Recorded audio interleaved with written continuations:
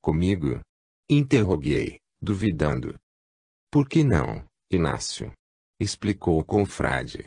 Onde estamos não temos barreiras que nos separem uns dos outros. O doutor Bezerra anda sem escolta e não possui staff. Ele não se faz anunciar aonde chega a não ser pela luz que de seu espírito se irradia. Que diferença, pensei em voz alta. Enorme diferença, meu amigo, redarguiu Odilon. Este problema vem se arrastando desde o tempo do Cristo e tem, inclusive, contaminado as lideranças espíritas.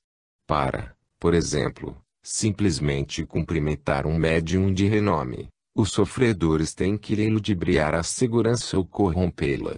Os apóstolos, muitas vezes, não permitiam que os doentes se aproximassem do Senhor. Recordemo-nos do episódio das crianças que foram impedidas por eles. Deixai vir os pequeninos, recitei. No dia seguinte, na hora que havíamos combinado, Odilon passou para acompanhar-me ao grande salão onde o Dr. Bezerra de Menezes nos falaria, provindo de espiritualidade superior. No amplo e bem arejado recinto, uma luz azulina impregnava o ambiente de tranquilidade. Sobre a mesa, um simples vaso com flores. O Dr. Bezerra nos dirigiria palavras sem o concurso de nenhuma aparelhagem eletrônica.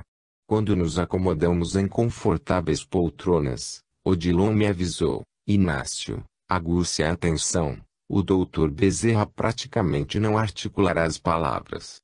Irradiará sobre nós a força do seu pensamento e teremos a impressão de ouvi-lo. Cada qual captará o que puder. Será que vou conseguir? Perguntei de coração acelerado. É evidente que sim. Você já está pronto. A luz azulina diminuindo de intensidade, deixando o recinto mergulhado, imerso, em suave penumbra, anunciou a chegada do mentor de alta hierarquia. Que emoção! Pela vez primeira, eu estava, em pessoa, diante do Dr. Bezerra de Menezes. Reverente, se Odilon não me tivesse contido, eu teria me inclinado à sua presença. Comparando aquela figura com a de suas antigas fotos de que eu era colecionador, posso dizer-lhes que a única diferença era sua jovialidade mais acentuada e aquela ternura que de seu espírito emanava com naturalidade. Eu não estava diante do Dr. Bezerra em carne e osso, mas, sim, em espírito e luz. Sorrindo discretamente e cumprimentando a todos com um leve aceno de cabeça, com os seus olhos muito claros e brilhantes, começou a falar: Filhos, o Senhor seja louvado. O nosso propósito é o de apenas encorajar-vos na luta que prossegue, sem interrupção. Os nossos irmãos da terra vêm exigindo-nos sempre maior cota de sacrifício. Não os esqueçamos ante as perspectivas novas que se nos desdobram a visão. O Cristo, na excelsitude que tem, não nos ouvida a indigência. Ninguém sobe, para olvidar os que permanecem na retaguarda. Quem não desce aos abismos da dor não sabe encontrar os caminhos para as estrelas. Conhecedores da verdade que liberta, consoante as lições áuridas nas fontes inesgotáveis do Evangelho redivivo, não cogitemos do próprio engrandecimento espiritual, excluindo o próximo de nossos anseios evolutivos. Não busquemos alhures o que temos ao nosso derredor. Para alcançar os parâmetros de luz, ninguém necessita de cogitar viver na atmosfera de Júpiter ou de outros orbes planetários que rolam na imensidão. Sobre a Terra e nas dimensões espirituais que a circundam, podemos perfeitamente empreender a nossa jornada, sem escalas, para as alturas. Quem se olvida na expansão íntima, colocando em planos secundários seus sonhos de ventura e cuidando, sem cansaço, do bem incondicional dos semelhantes, surpreenderá a si mesmo no dilatar das próprias percepções. A conquista do amor se faz acompanhar, para o espírito, do seu séquito de virtudes divinas. O amor detém em si a essência de toda a sabedoria. Quem não se sacrifica não se realiza, quem não se doa não tem a posse de si. Com o Dr. Bezerra. À medida que eu se expressava, o semblante do Dr. Bezerra de Menezes se enchia de luminosidade. O silêncio era total. A palavra vibrante do benfeitor ecoava em meu íntimo, fazendo-me chorar. Naqueles instantes inesquecíveis, conjeturava, por que motivo me deixara, na vida física, levar por tantas ilusões. Por que perdera de vista, tantas vezes, o objetivo que me propunha. Por que me consentira enredar por tantos problemas de menor significado. A vida no corpo de carne, por mais longa, passa com incrível rapidez, sendo, por assim dizer, um fechar e abrir de olhos. Eu fizera tantas concessões a mim mesmo e perdera o determinismo. Quase, do ponto de vista material, nada tivera, mas mesmo assim, tivera em excesso. Eu poderia ter vivido com bem menos, perdoado mais, servido mais, enfim me empenhado mais no ideal. Deste outro lado da vida, semelhantes introspecções nos assaltam a cada momento. Por este motivo, eu não sabia se chorava de emoção, por estar diante do Dr. Bezerra, ou se chorava de arrependimento. A ideia de, futuramente, ter que recomeçar principiava a germinar em meu íntimo. Sim, eu teria que voltar e buscar o que de mim mesmo deixara perdido. No recinto de grande recolhimento, o Dr. Bezerra prosseguia: ninguém jamais faz o bastante, pois somos profundos devedores ao Espírito de Jesus Cristo. Caso não tivesse vindo até nós e conosco convivido nos caminhos do mundo, ainda hoje a humanidade estaria imersa em trevas mais densas. Precisamos lutar contra os interesses de ordem inferior. O nosso inconsciente pessoal pesa sobre o consciente dos homens e lhes determina as ações. Enquanto não nos redimirmos e produzirmos pensamentos mais elevados, em sintonia com a mente do Senhor, viveremos dentro do círculo vicioso que nos escraviza. Que o Evangelho seja, pois, o norte de nossos pensamentos. Deixemo-nos fecundar pelas ideias de Jesus, assim como a terra árida anseia por tornar-se fértil e germinar o trigo, que faz o pão. As conquistas da inteligência têm, em certo aspecto, distraído o homem do objetivo supremo da vida. De que nos vale o conforto material e os extraordinários avanços da tecnologia, se não temos paz, respeito uns aos outros, se fomentamos a guerra, praticamos a injustiça social. O homem, que já viaja pelo cosmo, não consegue perdoar. Quantos se nos expressam mais diferentes idiomas, mas não sabem falar a linguagem da fraternidade. Pânicos, anseios, perturbações, síndromes psicológicas da mais variada nomenclatura revelam-nos a miserabilidade humana. De fato, o maior problema do homem é o do relacionamento. Pais e filhos não se entendem. Irmãos se odeiam, vizinhos são adversários. Em nome do Cristo, as guerras de extermínio mais sangrentas da história foram iniciadas. Os conflitos a pretexto de religião são um contrassenso. Há séculos, o homem desencarna e reencarna quase nas mesmas condições espirituais. O mundo espiritual e o físico funcionam em regime de interdependência. Os que habitam os porões das regiões da vida infinita moram na casa que povoamos. Não podemos ignorá-los, ignorando a nossa própria realidade. Efetuando diminuta pausa, o mentor continuou: o espiritismo na Terra é um esforço de retomada do cristianismo. Todavia, sutilmente, os opositores do Cristo já se insinuam em seus campos de atividade. Através da reencarnação, as trevas estão enviando seus agentes para distorcê-lo. Allan Kardec, o inovidável apóstolo, advertiu-nos que a luta maior seria travada entre os adeptos da terceira revelação, luta pelo poder, pela eminência espiritual, por liderança, por ambição, por dinheiro. Infelizmente, muitos são os médiuns que se têm desvirtuado, os companheiros que daqui partem carregando as nossas melhores esperanças e que as frustram. A seara espírita jaz contaminada pela presença do joio. O objetivo, não nos iludamos, é o de fazer-nos perder tempo. A mediunidade tem sido uma porta escancarada à invasão das trevas. São muitos os núcleos espíritas que se encontram dominados por práticas estranhas, que nada tem a ver com a simplicidade dos nossos princípios.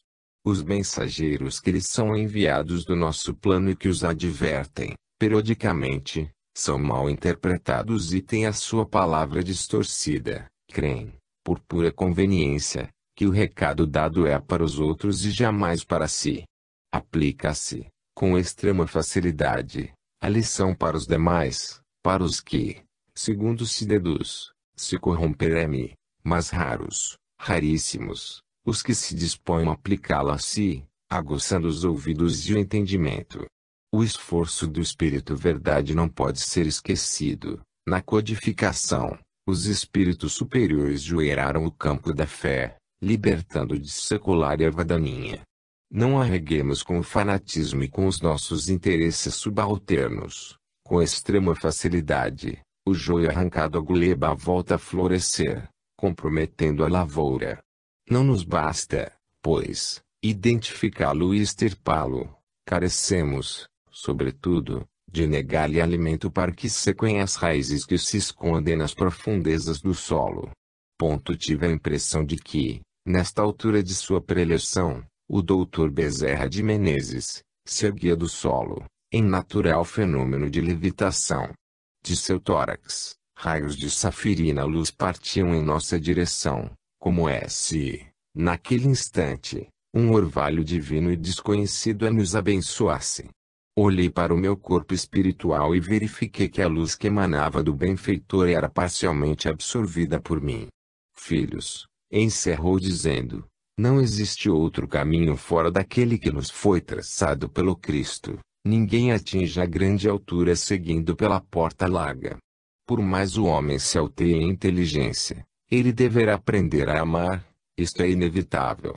A desencarnação, conforme podemos constatar, não conduz ninguém a um céu imediato, que não existe. Inútil aguardar promoção sem verter suor abundante, não há favorecimento ilícito por parte da lei divina. Toda ascensão é constituída de asperezas.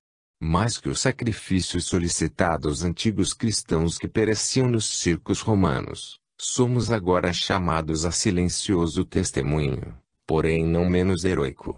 O caminho para os cimos, à exata medida em que nos aproximamos de nossos acalentados anseios do sublime, estreita-se e somente nos concede passagem individual às dimensões da luz. Na hora de demonstrarmos o que já sabemos, estaremos a sós. Que o Senhor nos cubra de bênçãos e que Maria de Nazaré, nossa mãe pelos laços do Espírito, estenda sobre todos vós o seu manto machetado de estrelas. Aquela luz que aureolava o benfeitor, luz que lhe era própria, mas que igualmente lhe fora acrescentada de fonte desconhecida, diminuiu de claridade, não obstante prosseguir nos deslumbrando a visão. O Dr. Bezerra desaparecera, perdera a forma humana, transfigurara-se num ser de luz. Passou-se um tempo, até que lográssemos nos recompor. Dizendo de mim, afirmo-lhes que fiquei certo período de tempo, que não sei definir, sem tomar contato com a realidade. Quando recobrei o domínio, Odilon me chamava, Inácio, aproximemo-nos. O venerável benfeitor não se demorará no ambiente. Não sei como fui parar diante do Dr. Bezerra, eu não tinha pernas para dar um passo sequer. Ao chegar a minha vez de cumprimentá-lo, o mentor deu alguns passos na minha direção, abriu-me os braços fraternais, aconchegou-me ao peito e disse-me com inesquecível inflexão de voz, Inácio, meu filho, há quanto ansiava pela oportunidade de abraçá-lo. Como, meu Deus, aquele homem poderia saber o meu nome? Esclarecendo dúvidas. Eu me sentia sem condições de dizer sequer uma palavra. A presença do Dr. Bezerra de Menezes me inibia. A alegria de vê-lo pessoalmente era imensa. Indefinível sensação de bem-estar me dominava aí. Se pudesse, teria continuado simplesmente desfrutando de sua companhia. Percebendo meu embaraço e a timidez, o benfeitor procurou deixar-me à vontade, comentando: você realizou importante tarefa na terra, meu velho. Não seja assim tão severo consigo. Quando, sob as influências do corpo material, todos claudicam muitas vezes. A vida prossegue e as oportunidades de trabalho se multiplicam. O Senhor conta conosco e não devemos fazê-lo esperar por mais tempo. Não sejamos mais como a figueira estéril da parábola. Instado por Odilon, que a tudo assistia com discreto sorriso, balbuciei, cometi muitas falhas. Eu deveria ter feito mais. Creio que extrapolei nas críticas dirigidas à igreja. As minhas polêmicas com os padres se transformaram numa espécie de obsessão na minha cabeça. Errei muito, muito. Ninguém é infalível, Inácio, respondeu meu venerando mentor. Até quando nos dispomos a fazer o bem, na alegria de praticá-lo, permitimos-nos certas concessões infelizes. Estamos, aos poucos, aprendendo a lidar com nós mesmos. Os apóstolos que seguiam Jesus supunham-se privilegiados e em melhores condições espirituais que os outros. Todavia, na hora do testemunho, constataram a própria fragilidade. O remorso por ter negado Cristo e fugido no momento crucial é que possibilitou a Simão Pedro superar-se. Você agiu, meu filho, com boa intenção e fez o que lhe estava ao alcance, pelo ideal da verdade. Compreendo. Mas, disse, com os olhos marejados de lágrimas, não amei o suficiente, sufoquei dentro de mim os melhores sentimentos, fiz o que fiz pela razão e não pelo coração. Faltou-me flexibilidade. Muitos ganharam com o meu jeito de ser, só eu perdi. A consciência me diz que andei bem perto de alcançar significativa sintonia espiritual. A nossa imperfeição é tanta que não estamos sequer preparados para estar com a verdade. Sinceramente, eu não dava por mim no diálogo que me estava sendo tão útil, ainda hoje, quando tento relembrar aqueles instantes fugazes com o Dr. Bezerra de Menezes. Tenho a impressão que não dialogamos mais que 2 ou 3 minutos, que, no entanto, me pareceram 2 ou 3 horas. Conheço os seus livros, Inácio. Falou-me com bondade e ternura. Novos rumos à medicina, à psiquiatria em face da reencarnação.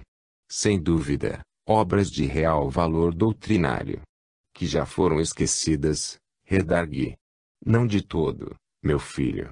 Cumprirei-me com a finalidade de inspirar novos autores que, por sua vez, escreveram outras. Existem obras assim, são escritas descortinando caminhos, derrubando barreiras, ampliando horizontes. Inspirei-me, comentei, para escrevê-las, em A Loucura sob novo prisma. Anotações despretensiosas, meu filho, que me atrevi a transformar em livro. O problema da obsessão sempre me preocupou. Conheci-o de perto, dentro de casa. Grande parte dos que me procuravam os préstimos de médico estavam sob perniciosa influência espiritual. A obsessão, sem dúvida, é uma questão alarmante entre os homens. O livro do Senhor, reafirmei, foi pioneiro no Brasil. Inspirei-me, por minha vez, em Allan Kardec, notadamente no capítulo 23 de O Livro dos Médiuns. Hoje existem obras de maior atualidade doutrinária. O nosso André Luiz vem realizando excelente trabalho que, por sua vez, tem se constituído em fonte de inspiração para muitos médicos de formação espírita.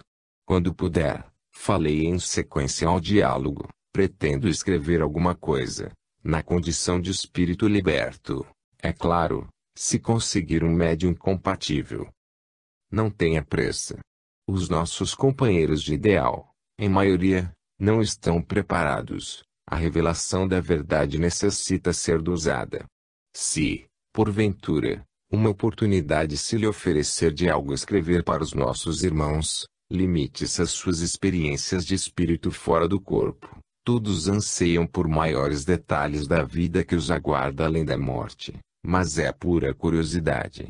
O problema fundamental, que muitos olvidam voluntariamente, é o da renovação íntima. André Luiz e alguns outros irmãos desencarnados já avançaram o suficiente no campo da revelação. Os nossos companheiros na Terra careceram de tempo para absorver-lhes as lições. Tenho começado a trabalhar por aqui, no entanto ainda percebo indefinido o meu caminho. Não sei precisar, mas algo me incomoda, algo que pressinto que precisa ser feito. Neste sentido, as suas percepções irão clarear dentro em breve. Não se aflija. Tudo que vem de Deus vem na hora certa. Procure, Inácio, colocar-se em condições para que o Senhor o utilize como instrumento de sua vontade. Não queiramos fazer outra coisa que não seja concretizar os propósitos do Divino Amigo. Iniciativas de caráter pessoal no campo da fé costumam ser desastrosas. Lembremos-nos das sábias palavras de Paulo: já não sou eu que vivo, o Cristo é que vive em mim. Por enquanto, continue se fortalecendo junto aos nossos irmãos enfermos aos quais você vem prestando atenciosa assistência. Na maioria das vezes, meu filho, são os doentes que curam os médicos de suas idiosincrasias espirituais. Não pude conter o leve sorriso que se me esboçou nos lábios. De fato, eu estava sob tratamento. O tempo todo eu estivera sob tratamento sem perceber.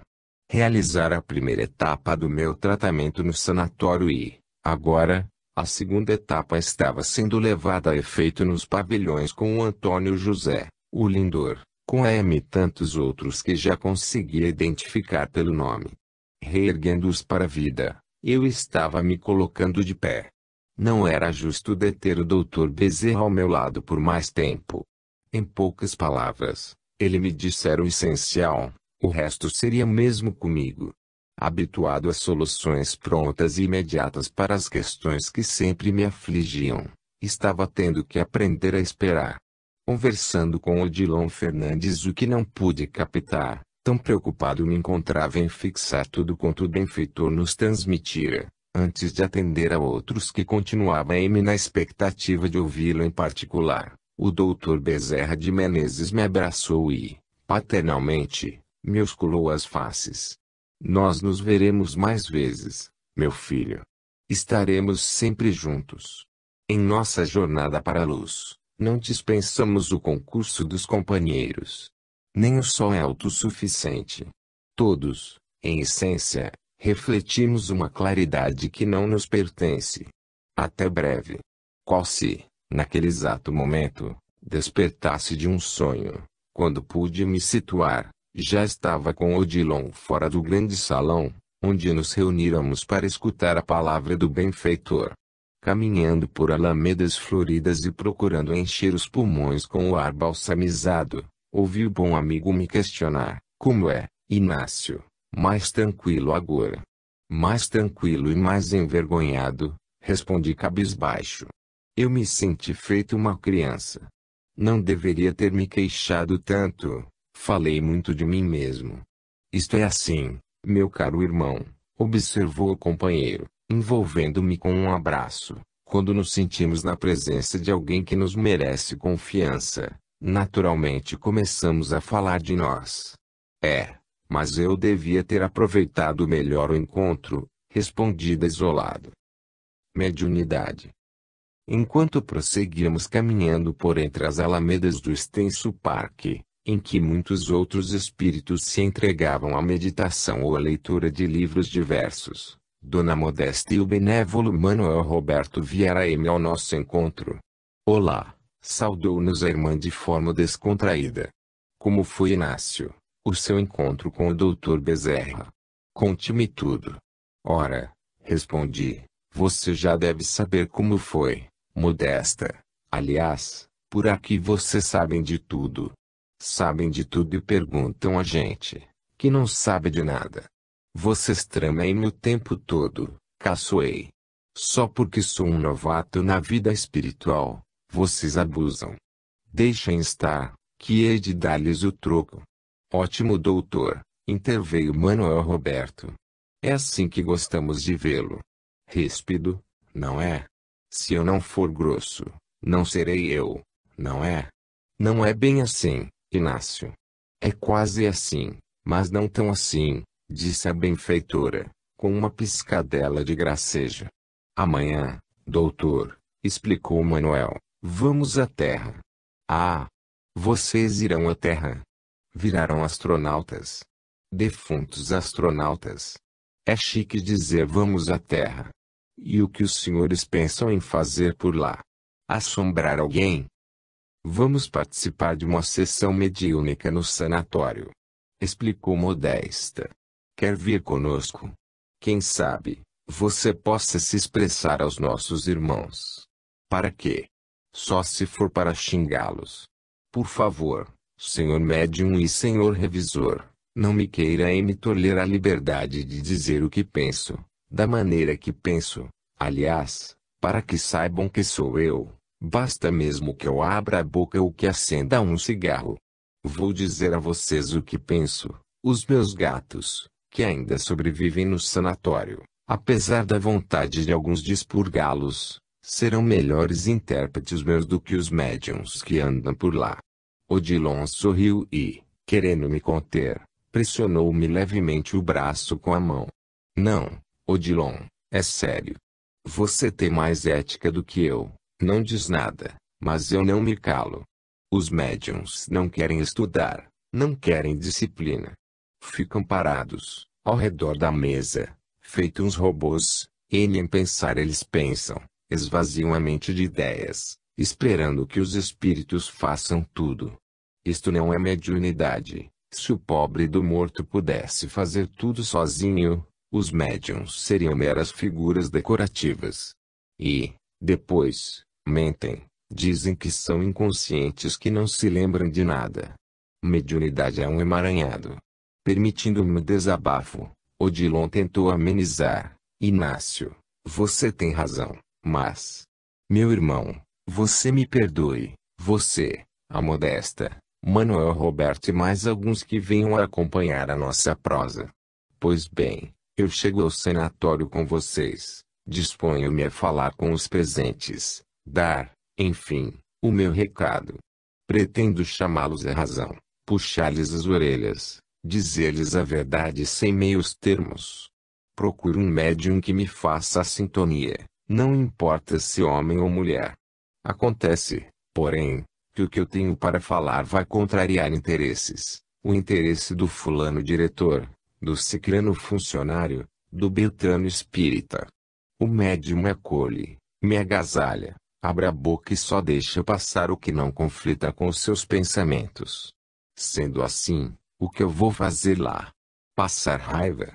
Passar raiva, eu passava na condição de doutrinador, de dirigente dos trabalhos mediúnicos do sanatório, que fui por mais de 50 anos. Inácio, insistiu Odilon, não existe medianeiro completamente isento. O melhor médium não é o médium perfeito, que não existe, mas, sim, o que nos cerceia menos a liberdade de expressão. Nós, os considerados mortos, em matéria de mediunidade temos que nos contentar com percentagem, 30% nossos, 70% do médium. Quando, pelo menos, são 50% para cada lado, vá lá. Raro médium que nos permite o empate. E isto, sem falarmos nos médiuns que vivem colocando palavras inteiramente suas em nossos lábios, é tal de termos dito, sem termos dito nada. É uma coisa pavorosa. Médium que se prevalece da faculdade para conseguir os seus objetivos é médium sem convicção e sem ideal. Doutor, aparteu Manuel Roberto, o senhor está mesmo? Estou exorcizando. Existem exceções, mas não sei onde. A Modesta era uma delas. Quando ela resolveu me deixar sozinho, fiquei literalmente sozinho. Não foi por minha vontade, Inácio. Sei que não foi, mas você devia ter ficado. Eu fiquei lá, com os doentes e com os médiuns, alguns mais doentes ainda. Você, Modesta, você se dedicava, estava todo o dia no sanatório, acompanhava os casos e, portanto, tinha o seu trabalho de médium facilitado. Os médiuns hoje querem improvisar. Quanta mistificação! Afinal de contas, doutor, indagou Manuel, vamos ou não vamos? Para surpresa, será? Dos 3 amigos que me toleravam habilis, respondi, vamos, Vamos sim. Se eu não conseguir falar o que quero, pelo menos vou atazanar a vida de muita gente. O meu fantasma vai rondar por lá. Os companheiros sorriram a Amy, eu também sorri. No outro dia, quase ao cair da tarde, rumamos em pequena expedição. O cenário é o que vocês já conhecem, de uma reunião mediúnica, médium chegando em cima da hora, com justificativas vazias, estava com visita em casa, choveu na hora de sair, desarranjo intestinal, o telefone tocou. Em torno de 10 pessoas ao redor da mesa. Se fosse um trabalho de cura, com médium de bisturi em punho, roupas brancas e dinheiro correndo solto, haveria muita gente. Para minha surpresa, naquela noite, só 2 médiums de incorporação compareceram, um homem e uma mulher. O médium homem cochilou a reunião inteira. Não houve desencarnado que dele conseguisse se aproximar. Jantara antes da sessão e entregou-se ao desdobramento. Apenas 2 espíritos, dos muitos que estavam no recinto, lograram dar o ar da graça naquela noite, através da medianeira anônima, um que havia cometido suicídio, e eu, que, se pudesse, estrangularia alguém. A reunião durou menos de 1 hora, com o dirigente olhando para o relógio de 10 em 10 minutos. Desnecessário que eu lhes descreva o resto. Aproximando-me da médium, que não sabia se escrevia ou se falava, se era psicografa ou psicofonia, fiz o que pude. Contive-me tanto ou fui contido, não sei, que não pude sair do lugar comum, ou seja, fui anulado.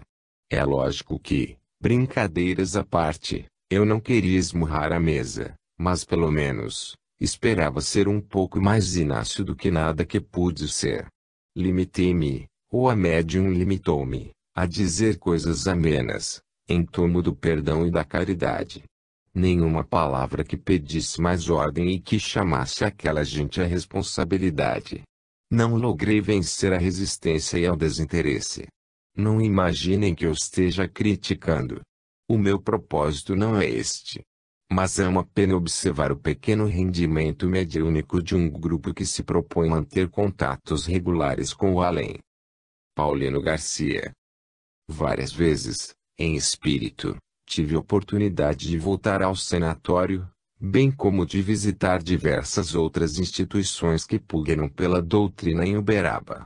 Em algumas oportunidades sozinho, mas, na maioria delas acompanhado. Estive no Lar Espírita, na Casa do Cinza, no Centro Espírita Uberabense, no Grupo Espírita da Prece, apenas para citar alguns dos grupos que visitei, sempre participando de seus labores espirituais, todos de muita importância para a doutrina. Sensibilizando diversos medianeiros, na medida do possível, entrei em contato com os confrades que, de certa forma, me reclamavam a presença. Superando os obstáculos naturais existentes no intercâmbio mediúnico, expressei-me através da palavra articulada ou escrita, transmitindo os meus recados de além-túmulo, sempre com a franqueza que me caracteriza, mas também com muita alegria pelo ensejo de fazê-lo. Os irmãos de ideal, quanto mais simples e humildes, despertavam e desperta-me a minha admiração pelo esforço com que persevera-me na tarefa. Se para alguns núcleos é fácil sustentarem-se de portas abertas, outros, não raro, sequer possuem recursos financeiros que atendam às despesas inevitáveis para que continuem funcionando. A rigor, não posso me queixar. De todos os médiuns que me aproximei, nenhum se furtou a cooperar comigo para que a minha palavra de espírito liberto se fizesse novamente ouvir nos caminhos do mundo. Se for verdade que a mediunidade possui seus limites, não é menos verdade que é o único canal disponível para contatar os que deixamos nas retaguardas da experiência física. Escrevendo agora sob a ação desta crise de seriedade que não sei de onde me veio, digo-lhes que quase todos os comunicados mediúnicos atribuídos a mim são autênticos. Os que não transmiti diretamente, não hesitaria em referendá-los, pois que, em essência, expressam o teor dos meus pensamentos. Evidentemente, estou me referindo aos comunicados não destituídos de senso doutrinário, posto que, e isto também é verdade, um sem número de desencarnados infelizes estão sempre à espreita e não perdem a chance de ludibriar os incautos, principalmente nos momentos mais difíceis do sanatório, de desunião, de ambição, de falta de transparência, de ausência de amor à causa. Procurei e tenho procurado me fazer escutar. Antes, porém, eu tinha o poder de decisão nas mãos, o poder de demitir, de corrigir, de cortar salários. Agora, nos últimos tempos, inclusive, tenho sentido que, com a renovação do pessoal que trabalha no hospital em que trabalhei por mais de 50 anos, o meu espírito, psiquicamente, tem sido rejeitado. Os nossos médicos, enfermeiros e até pacientes não me conhecem. Para eles não passo de ser o que, de fato, sou agora, um simples retrato na parede. Retrato que as minhas amigas traças e os meus amigos cupins farão o grande obséquio de consumir. Curiosa, no entanto, esta minha constatação, porque eu não posso e não devo viver de espírito preso ao sanatório, de certa forma, esquecendo-me, estão me libertando. Ainda não me sinto de todo liberto, tanto é assim, que aqui me encontro escrevendo estas reminiscências, mas, conforme eu vi de alguém certa vez em palavras atribuídas a Chico Xavier, não se deve cortar onde se pode desatar. O espírito desencarnado que mantém contatos regulares com os médiuns, às vezes por tempo longo, enfrenta, posteriormente, dificuldade de readaptação psicológica à realidade em que vive. Não posso generalizar, mas com muitos isto acontece. Determinados espíritos se habilitam tanto a conviverem com os homens, que não querem, depois, outro tipo de vida. Não sei se estou me fazendo entender, todavia este é um dos graves problemas que envolvem a tarefa do intercâmbio mediúnico deste outro lado da vida.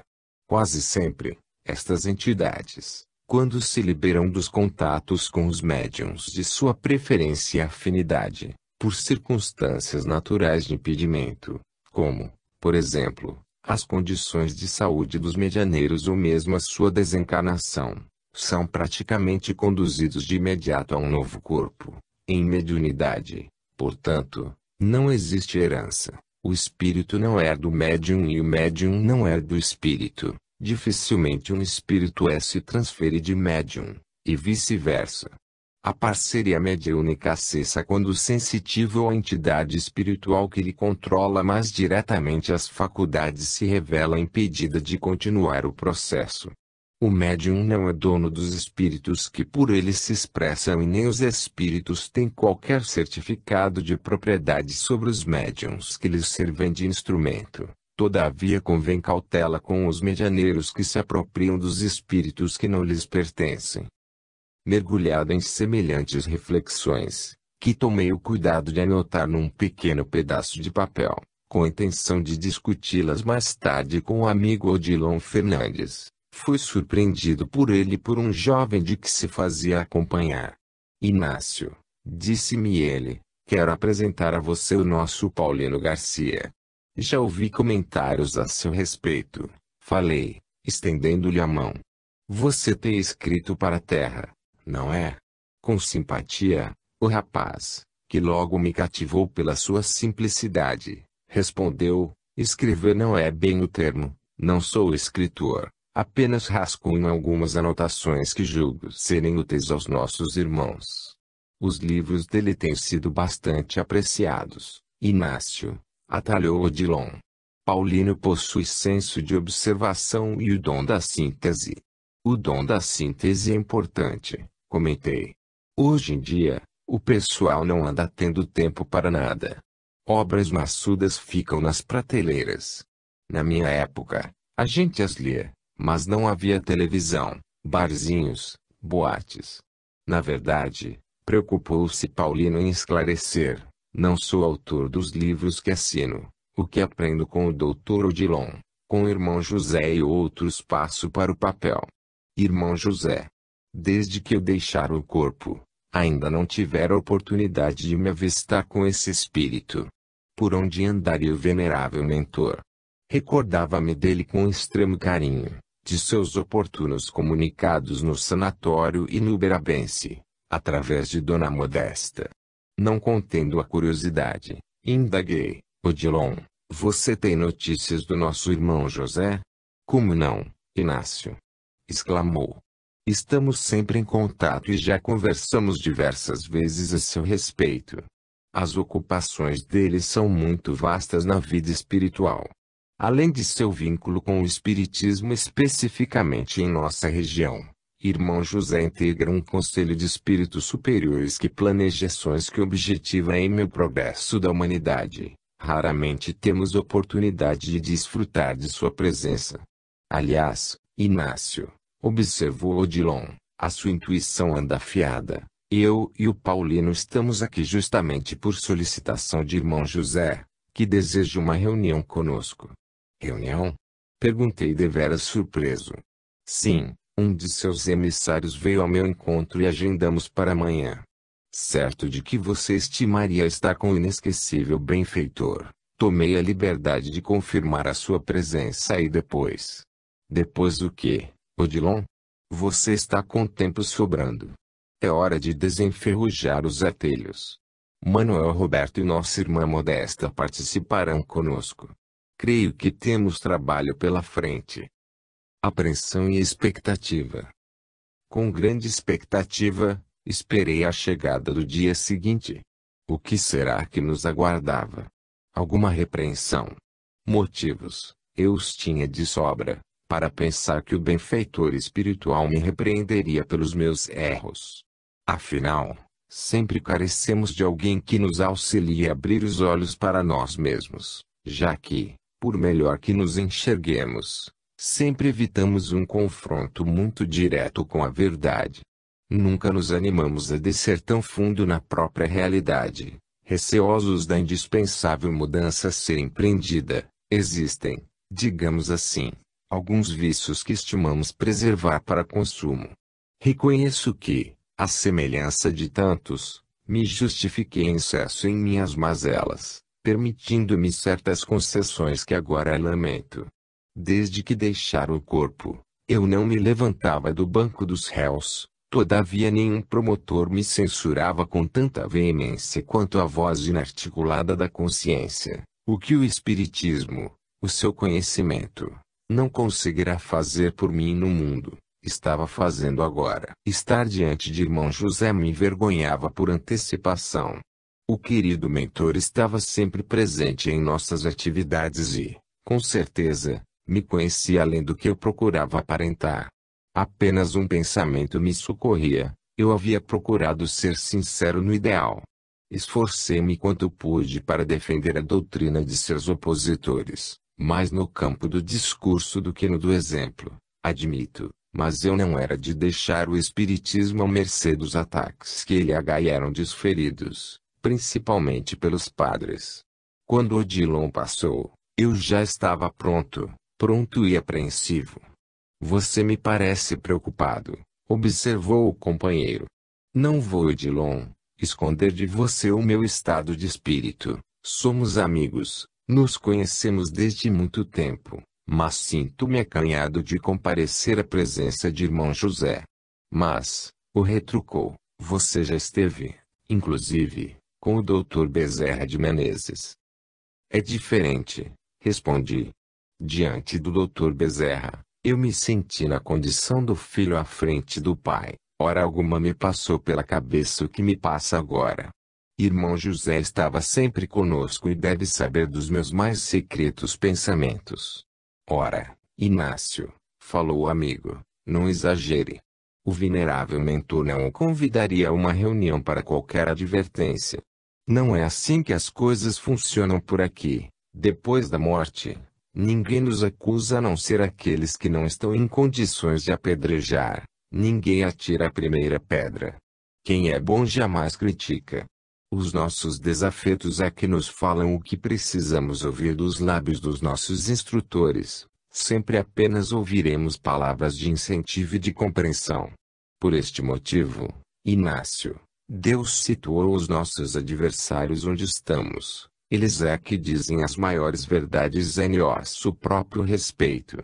De fato, eu me recordava bem. Periodicamente se fazia presente em nossas sessões mediúnicas uma entidade espiritual que arrasava conosco, comigo principalmente, revelando-nos conhecer a intimidade. Falava dos passos que houvéramos dado durante o dia e tornava públicos nossos pensamentos. Por este motivo, quarta-feira, o dia de nossa reunião de desobsessão no sanatório, era um dia especial. Conversando com Odilon, não percebi quando Modesta, Manuel, Roberto e Paulino se juntaram a nós. O nosso Inácio está apreensivo, comentou Odilon, sorridente, com o propósito de me deixar mais à vontade. Inácio, falou Dona Modesta, o que os nossos mentores não nos dizem é que deve nos preocupar. Eu também já me senti como você, e com mais reais motivos que os seus. Você conheceu de perto a minha luta e não preciso detalhar. Por aqui não encontrei ninguém que me apontasse o dedo em riste. Ao contrário, quando estava deixando o corpo e mesmo nos meus primeiros momentos de vida espiritual, registrei muitas acusações. Vozes que eu não saberia definir de onde partiam me diziam impropérios, vaidosa, soberba, indigna. Foram apenas alguns dos adjetivos mais amenos com que fui rotulada. De que forma reagir? Elas, as vozes que me censuravam estavam certas. Eu havia sido tudo aquilo. Quando sintonizamos com a verdade que está sendo dita a nosso respeito, perdemos completamente a vontade de reagir, faltam-nos argumentos de contestação. Eu também, doutor, tomou a palavra Manuel Roberto, imaginei que, ao deixar o corpo seria recebido por um tribunal do mais além. Nada disto aconteceu. O tempo todo fui tratado com deferência pelos nossos maiores. Quanto mais carinho demonstravam por mim, mais eu me envergonhava, não tanto do que fizera, mas do que deixara de fazer. Se o que fazemos nos traz consequências imediatas, o que não fazemos no bem dos semelhantes nos é uma cobrança permanente. De minha parte, digo-lhe que lamento muito mais o que deixei de fazer. As vozes que me censuravam e que, por vezes ainda me acusavam, repetiam, omisso, indiferente, egoísta. Elas estavam com a razão. Perto do que eu recebera da doutrina, eu não fizera nada mesmo. A minha atuação doutrinária limitou-se ao sanatório, mas, lá, eu recebia para trabalhar. Ainda me questiono, em outras circunstâncias, se eu não tivesse interesses materiais no sanatório, eu o frequentaria. E o que é que você responde, Manuel? Perguntei. Infelizmente, doutor, acho que não. Se não tivesse interesses no sanatório, talvez sequer eu fosse espírita. Safado, não vi quando caçoei do devotado companheiro de tantos anos, desalinhando-lhe com a mão os seus sempre bem cuidados cabelos. Então, você me enganou durante tantos anos. E eu, o tempo todo, me sentindo inferior a você. Somos então da mesma laia. Você não sabe, Manuel, quanto isto me alegra. Pelo menos, não estou sozinho. Notei o jovem Paulino de olhos arregalados, imaginando, num primeiro momento, que eu estivesse falando sério. Não se preocupe, Paulino, apressou-se Odilon em explicar. O Inácio é assim mesmo. Quando o assunto vai ficando sério, ele vem com as suas tiradas. E fazer o quê? Redargui de imediato, melhorando o humor. Chegando ao prédio onde seríamos recebidos por irmão José, fomos conduzidos a extenso e bem cuidado jardim por um moço de nome Alexandre de Jesus, que, segundo Odilon, era um de seus muitos colaboradores. O ambiente era extremamente agradável e receptivo. Diminutos pássaros de uma espécie não conhecida na terra chileavam próximos. Irmão José está a caminho, disse-nos Alexandre, que, à altura do peito, coberto por uma túnica alva e transparente, exibia cicatrizes luminescentes. Deixando-nos a sós por instantes, aproveitei para perguntar, Odilon, que sinais são aqueles no peito do nosso companheiro?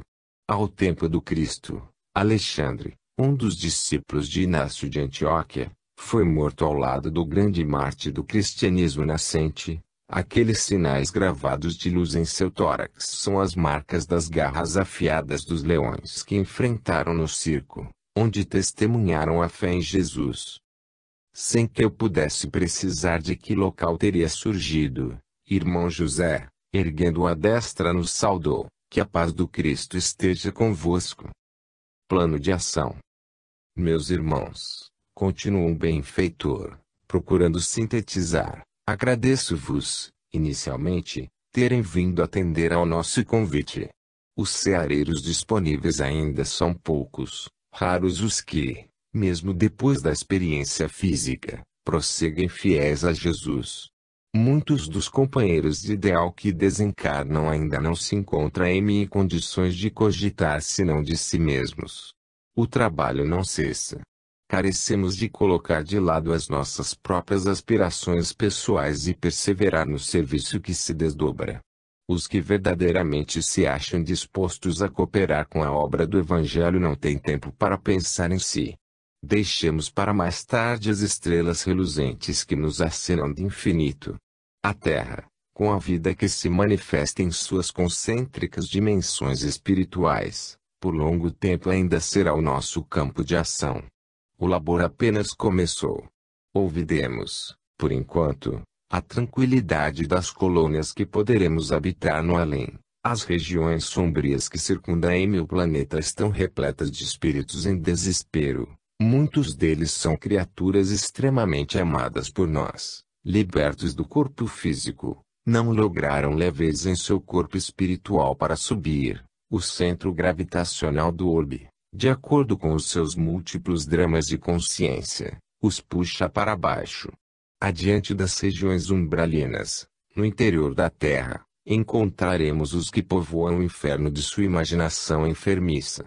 Não podemos permanecer na expectativa do socorro divino, que, para alcançá-los, não dispensa o concurso de nossas mãos. Eu vos convido a descer aos abismos do mundo espiritual, com a tarefa específica de resgatar corações equivocados. Tornasse-nos indispensável concluir a tarefa. Neste ponto de sua locução, irmão José me fixara mais demoradamente. Se não deveis, prosseguiu, cogitar de perfeição por agora, renunciando ao voo para o qual ainda não possuís asas compatíveis, não tendes o direito de vos recriminar em excesso, anulando-vos em vossa atual capacidade de ser útil aos propósitos do Senhor. Se vos é vedado a César os parâmetros superiores, em vosso anseio de convivência com os anjos, nada vos impede de continuar crescendo nas regiões primitivas da vida.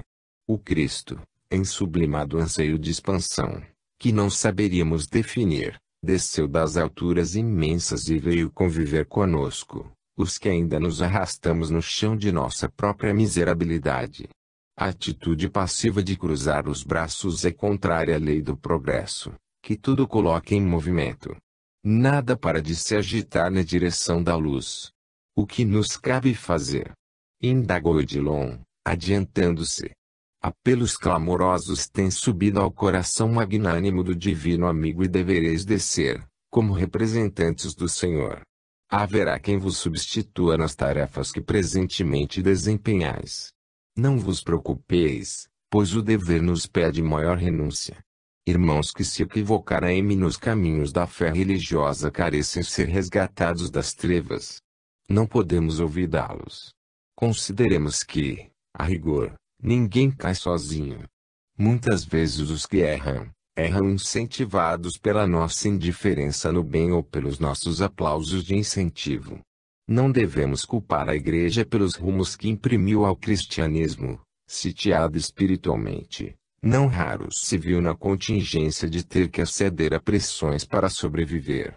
Não condenemos a instituição que, durante séculos, foi a guardiã dos princípios que nos são caros. Os homens é que, dominados por interesses estranhos, a desfiguraram. Não existe qualquer diferença doutrinária entre o cristianismo de ontem e o espiritismo de hoje. Se não vigiarmos o suficiente, a doutrina espírita, que se propõe reviver o Evangelho, se desviará de suas finalidades. Infelizmente, os prenúncios já aí estão. Pretensão à infalibilidade, elitismo, personalismo, isto tudo, sem mencionarmos o que se vem fazendo através da mediunidade, o canal que, na maioria dos medianeiros, são ocupado por entidades contrárias ao movimento de libertação das consciências que o Espiritismo se propõe. Imperceptivelmente, os médiuns vêm sendo hipnotizados por espíritos que os dominam e que lhes inoculam na alma o vírus da ambição desmedida. Difícil nos depararmos com quem não esteja a serviço de si mesmo na causa que abraçamos.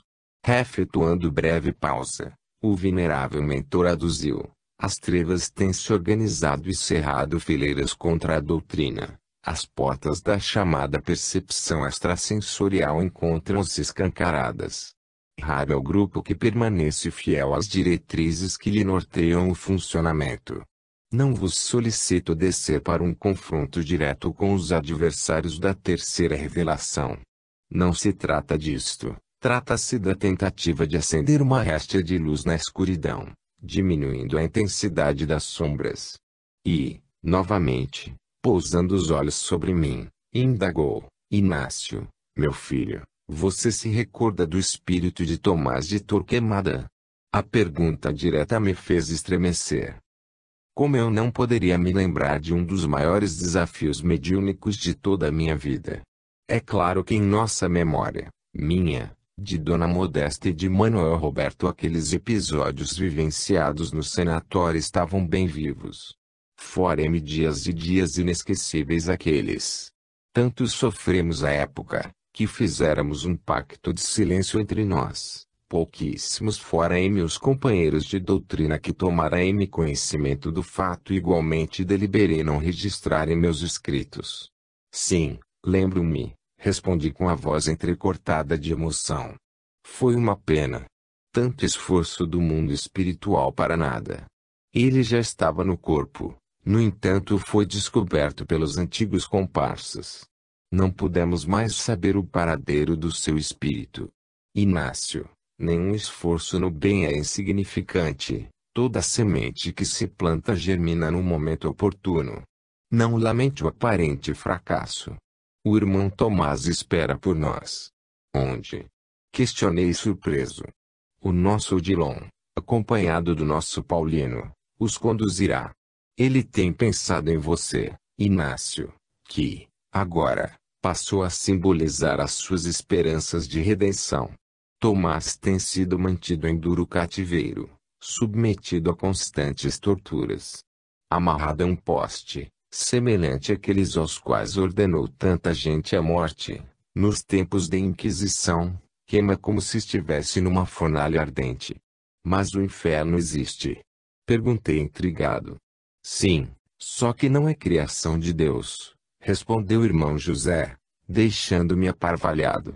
O inferno, em essência, está na consciência culpada. Todavia, por vezes, ele também se exterioriza. Localize-se em alguma parte. Como não?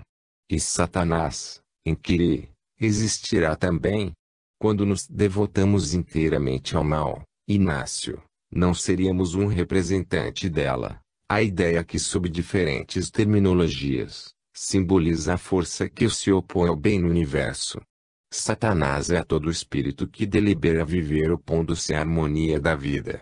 Neste sentido, encontraremos, nas regiões abismais, quem escraviza e lidera espíritos caídos pelos seus dramas de consciência. Apreensão e expectativa não havia mais o que questionar. As dúvidas eram muitas. No entanto, o tempo de irmão José era demasiadamente escasso para que eu continuasse a inquiri-lo. Antes de se retirar, o benfeitor considerou: ninguém, em parte alguma do universo, se desventura para sempre. A consciência se reerguerá quantas vezes venha a cair. Somando experiências, acabaremos por nos fortalecer inteiramente e por nos convencer de que a existência do mal é fugaz, apenas o bem é eterno, como a própria essência do Criador, do qual emana. Ignorância é que se responsabiliza pelo sofrimento. Os desajustes da alma cederão espaço à harmonia. Não temos outra alternativa, que não seja a do esforço contínuo pela autossuperação. Os que insistem em seus equívocos, nada mais conseguem que adiar a sua felicidade. Os que prejudicamos são espíritos que a nós se vinculam e com os quais assumimos compromissos